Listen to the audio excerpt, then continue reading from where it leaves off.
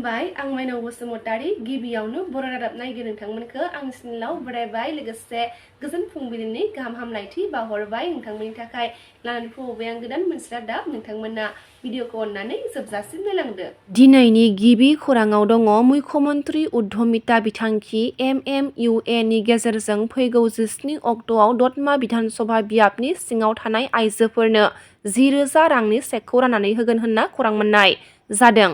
मुख्यमन्त्री उद्धमिता बिथांखिनि गेजेरजों फैगौ 17 अक्ट'आव चेक राननाय हाबाफारिनि सायाव रिभिउ मेल खुंदों। हाबाफारियाव बाहागो लादों क'क्राझार जिल्लानि जिल्ला बेंगिरि मासान्दा मेन्डालिन पार्टिन बिथाङा। दिनै 14 डिसेम्बराव क'क्राझारनि ग्रिनफिल्डआव सानसेनि मेहेरगोनां हाबाफारिजों बाथौनि गौमा आर'ज लानो साखाफारा जादों। हाबाफारियाव बाहागो लानो हांख्रायहरदों बयखौबो बाथौ ट्रेडिसनेल एन्ड कालचारेल रिसार्च सेन्टारनि लिंथुमगिरि महिम चन्द्र बसुमतारी बिथाङा। मोन 6 जौगाखां हारिफोरनो ST होनो नागिरनायनि सायाव BTC-नि बारग' चिफ प्रमद बर' बिथाङा माखासे गोख्रों बाथ्राखौ खौरांगिरिफोरनि सोंथियाव फोरमायथिदों। मोनद' हारिनो ST होनो थांनायाव जोंनि ट्राइबेल माहारिनि आफादफ्रा खुद्रिनाया ओंथि गोनां आरो बियो जुक्ति गोनां होननानै आं बुंनो सानो। नाथाय अल इन्डियायाव ट्राइबेला मोनसेल'। दा दिनै आसामाव ट्राइबेला मोननैमोन, हिल्स आरो प्लेन्स। रिसेन्टलि जि रिकमेन्डेसन होदों बेवहाय भेलि होननानै मोनसे बिथांमोना केटेगरि बानायदों। दा बेवहाय जोंनि जि इम्पेक्ट बिनि जि मोनसे इम्पेक्ट बियो उनाव जोङो नुनो मोनगोन। बियो बारा मोजां जानाय नङा। बियो जि केटेगरियानो बानाया मानो थांनाय खनसेनि डेलिमिटेसनावबो गोबां आन्दलन खालामनानै प्रेसार होनानै क'क्राझार लकसभा सिटखौ दोनफिननाय जादों। नङाबा बियो लखिमपुराव ट्राइबेलनि पपुलेसना बारा जाबायमोन आरो भि खालामनाय लोगो लोगो बियो डिब्रुगड़ बा आपार आसामथिंजायसो बियो थांगोन, बियो रोखा। आं कुनुदिन फोथाया जे दुलाराय बर' फरायसा आफादनिफ्राय मोनसे कामान थांगोन जे सेक्रेटारियेटखौ माने बुख्रुबनांगौ। UPPL निफ्राय मोनसे कामान थांगोन बा अर्डार थांगोन जे बेवहाय मायबा मोनसे एटाक खालामनांगौ। बेथ' सिमाङावबो मालाबाबो बेखौ नुनाय नङा आरो मालाबाबो जानो हाया। खारन बे लेभेलसिम जोङो कुनु एक्सट्रिम माने बेबायदि गाज्रि साननानै राजखान्थि खालामग्रा मानसि जों नङा। जोङो हारिखौ दानो फैदों, हारिखौ मदद होनो फैदों, हारिनि थाखाय खामानि मावनो फैदों जेसेबां हायो। जोंनियाव जेसेबां सम केपासिटि थागोन, थै थागोन, जिउ थागोन, साननो हानाय मेलेम थागोन, गोसो थागोन, जोङो हारिनि थाखाय खामानि मावनो फैदों। स' बेयो बेसलेस मोनसे माने मा होनो दाय जाबसिननाय। बेखौ आङो आंनिफ्राय बेखौ आं कमप्लिटलि रिजेक्ट खालामो। बेवहाय एडमिनिस्ट्रेसनाव थानाय मानसिफ्रा, सरकाराव थानाय मानसिफ्रा राइट टाइमाव राइट रेसपन्सखौ होनांगोन आरो रेसपन्सआ जेब्ला सासेया रागा जोंगोन सासेयाबो रागा जोंफानाय नङा। जेरैबायदि बेवहाय बुंनाय जादों जे जोंहा बिथां आथिखालनि चिफ हाग्रामा महिलारि बिथाङा बुंदों जे आंखौ बुथारनो नागिरदोंमोन नामा, आंखौ माबा नागिरदोंमोन नामा, बै सोदोबफ्रा बारा मोजां नङा। गसाइगाव डिभिजन दै जगायनाय बिफाननि लांगोनायाव गसाइगाव महकुमानि सिङाव थानाय जल मित्रफोरा मैया माखासे दाबिफोरखौ लानानै खुद्रिसारदों। गिबियावनो खुलुमबाय।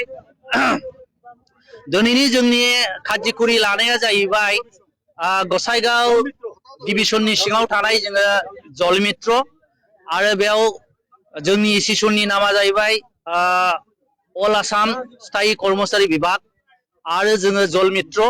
जोंनि गसाइगाव डिभिजनाव टटाल 636 जन जोङो बेनिफिसारि दङ आरो बेजों जोङो लोगोसे BTC-नि मालाव गेदेर श्री हाग्रामा महिलारिखौ लोगोसे आङो खावलायो आरो बेजों लोगोसे जोंनि बिभायक आक्तारा बेगमखौबो जोङो खावलायो। जोंनि बिभायकि हिसाबै जोङो जल मित्र हिसाबै जोङो 7,500 जोङो सामथिं मान्थलि मोनो। खिन्थु जानुवारि फैगौ 2024 मायथाइनिफ्राय दिनैसिम 26-25 सिमाव जोङो धर्माखौ जों मोनाखै, बिथनखौ मोनाखै। 10 मास जाबाय। दा बिनिखायनो आङो आसाम सरकार बिभायक जयन्त बरुवा आरो बेजों लोगोसे आक्तारा बेगम जोंनि BTC-नि EM बेखौबो जों खावलायो जाहाथे जोंहा फेमिलि सालायनायाव बिराद दुखु। जोङो 7,500 थाखाजों जोङो जोंनि फेमिलिखौ जोङो सालायनो हाया।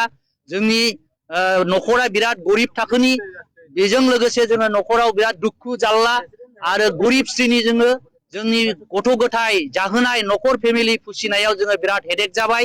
बिनिखायनो बिभायक आक्तारा बेगमखौबो जों खावलायो जाहाथे जोंनि धर्माखौ बारायना होयो आरो जोंनि मोननांगौ अनसुंथाइखौ मासे मासे जोंनो होयो बेखिनिखौ जोंनि जलमित्रनिफ्राय जोङो खावलायनाय थाबाय आरो बेजों लोगोसे आसामनि मानाव गेदेर डक्टर हेमन्त बिश्व शर्माखौबो जोङो बारंबार जोङो खावलायो आरो बेजों लोगोसे बिटिसिनि चिफ हाग्रामा महिलारिखौबो जोङो खावलायो जाहाथे जोंनो बिभायक जोंनो एपइन्टमेन्ट होनांगौ आरो बिभायक हिसाबै जोंनो मान्थलि जोंनि मोननांगौ अनसुंथाइखौ जोङो होयो नङाबा जोङो नैबे आगन्तक फैगौ जुदि 26 एमएलए इलेक्सनाव जोङो माबा मोनसे जोङो काजिकुरि लानो हागौ जोङो अल आसामाव 28,000 सामथिं जलमित्र दं आरो अल बिटिसि आवहाय जोङो मेक्सिमाम 8,000 सामथिं जोङो जलमित्र दङ मोनबा डिस्ट्रिक्टआव जेरै तामुलपुर दं बाक्सा दं चिरां दं उदालगुरि दं बेवहाय जोङो 8,000 सामथिं जोङो जलमित्र दङ जोङो गुबुन गुबुन डिस्ट्रिक्टआव आसामाव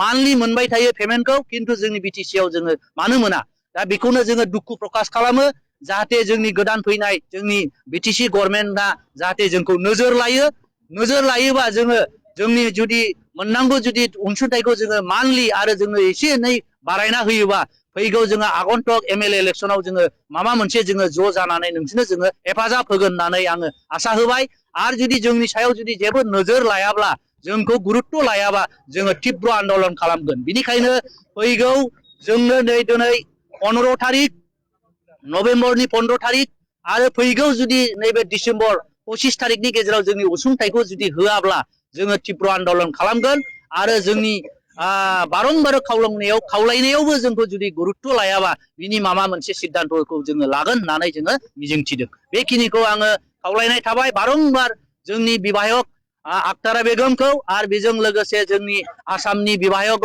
जयन्त बरुवा आरो बेजों लोगोसे जोंनि बिटिसिनि चिफ हाग्रामा महिलारिखौ 100 बार जोङो खुलुमनाय थाहरबाय जाहाथे नोंथाङा जोंनि मोननांगौ अनसुंथाइखौ जाहाथे जोंनो थाब गोख्रैनो नैबे मासनि गेजेरावनो जोंनो होयो बेखिनिखौ आङो खावलायनाय थाबाय गोजोन्थों बिटिसिनि चिफ हाग्रामा महिलारि बिथाङा सानसेनि गेजेरावनो मैया बाक्सा जिल्लायाव 3 जौगालु बिथांखिफोर लुफुंनो अन्थाइ खाम्फा गायसनदों आरो कक्राझार जिल्लानि बावखुंग्रि बिटिसि बियाबावबो थारुं दैसायाव दालां लुफुंनो अन्थाइ खाम्फा गायसनदों लोगोसे खौरांगिरिफोरनि सोंथियाव माखासे बाथ्राखौ फोरमायथिदों। बीपीएफ की तरफ नहीं हम एनडीए होके इलेक्शन खेलेगा आसाम असेंबली में वो अप्रैल में जो इलेक्शन होगा आसाम असेंबली इसमें एनडीए होके खेलेगा बीपीएफ नहीं एनडीए में जितना पार्टनर है सब एक होके हम इलेक्शन खेलेंगे और 100 में 126 सीट है 126 सीट में एनडीए हिसाब से हम लोग 100 ऐसा मिल जाएगा गवर्नमेंट एनडीए बनेगा सीट शेयरिंग क्या सीट शेयरिंग वही तो एनडीए में हम बात करके सीट शेयरिंग हो करेगा 126 सीट है इसमें बीपीएफ कितना मिलेगा बीजेपी कितना खेलेगा एजेपी कितना खेलेगा और बहुत दल है गणशक्ति है उधर राभा हासों में भी है कार्बी आंलंग में भी है ऐसे हम एनडीए होके बात करके हम सीट शेयरिंग करेंगे पास ইউপিপিএল এনডিএ থাকা নাথাকা সেইটো আমাৰ কথা নহয় সেইটো এনডিএ ইণ্ডিয়া এলায়েন্স বুলি ক'লে কংগ্ৰেছে লিড লয় এনডিএ এলায়েন্স বুলি ক'লে বিজেপিয়ে লিড লয় ইয়াত ইউপিপিএল থাকিব নাথাকিব সেইটো আমাৰ কথা নহয় কিবা লছ হ'ব নহ'ব এইটোতো আমাৰ ইউপিপিএল নাথাকিলে এনডিএ হিচাপে কিবা একটা লছ হ'ব সেইটো আমি নাভাবো লছ নহয় আমাৰ ঠিক আছে থ্যাংক ইউ